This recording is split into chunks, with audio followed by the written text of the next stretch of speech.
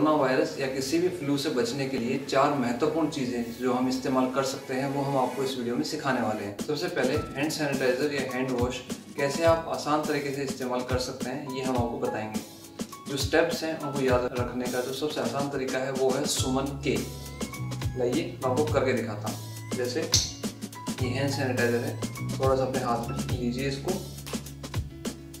सबसे पहले सीधा, उल्टा, मुट्ठी, अंगूठा,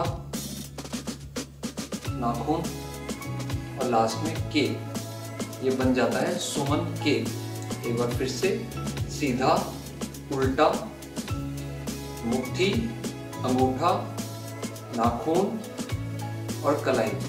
अगर आपके पास आसपास हैंड सैनिटाइजर ना हो तो आप हैंड वॉश, साबुन या पानी से भी कर सकते हैं। दूसरी चीज़ कि हमें हाथ कब साफ़ करने हैं, जब भी आप किसी मॉल से या किसी गैदरिंग से वापस आ रहे हो, काम से वापस आ रहे हो, तभी आपको अपने हाथ साफ़ कर लेने चाहिए।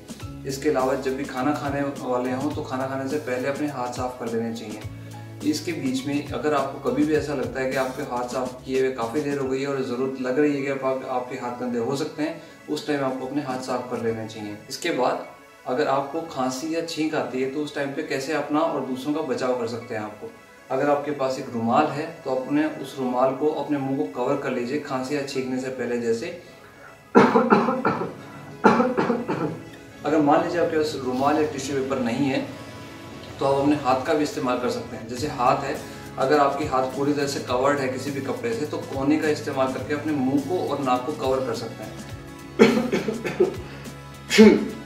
अगर आपका हाथ पूरी तरह से कवर्ड नहीं है, आपकी बाजू कवर्ड नहीं है कपड़े से, तो इसकी जगह पे आप अपने कंधे का भी इस्तेमाल कर सकते हैं। ध्यान रखिएगा अपने हाथों का इस्तेमाल नहीं करना है, क्योंकि अपने हाथों पे अगर छींक मारते हैं तो सारे कीटाणु पे उंगलियों पे लग जाते हैं। उसके बाद उनके लिए फैलना बहुत आसान रहता है, चाहे आप चाहें या ना चाहें। इसके अलावा आपके हाथों की उंगलियों के बीच में से भी जो कीटाणु है वो हवा में जाके किसी और को इन्फेक्शन फैला सकते हैं। लास्ट में आपको मास्क कैसे पहनना है। ये एक नॉर्मल सर्जिकल मास्क है। अगर इस मास्क को आप पहनेंगे तो कैसे पहनेंगे। सबसे पहले अपने मुंह पे इस मास्क को रखिए नाक के ऊपर और कान के ऊपर से इसको पट्टियों को पीछे की तरफ अपने बांध दीजिए। इसके बाद नीचे वाले पट्टियों को खींच के बांधिए ताकि थोड़ी के नीचे से इस मास्क का हिस्सा जाए और ये पीछे से बांध दी जाए। बांध दीजिए इसको पीछे से।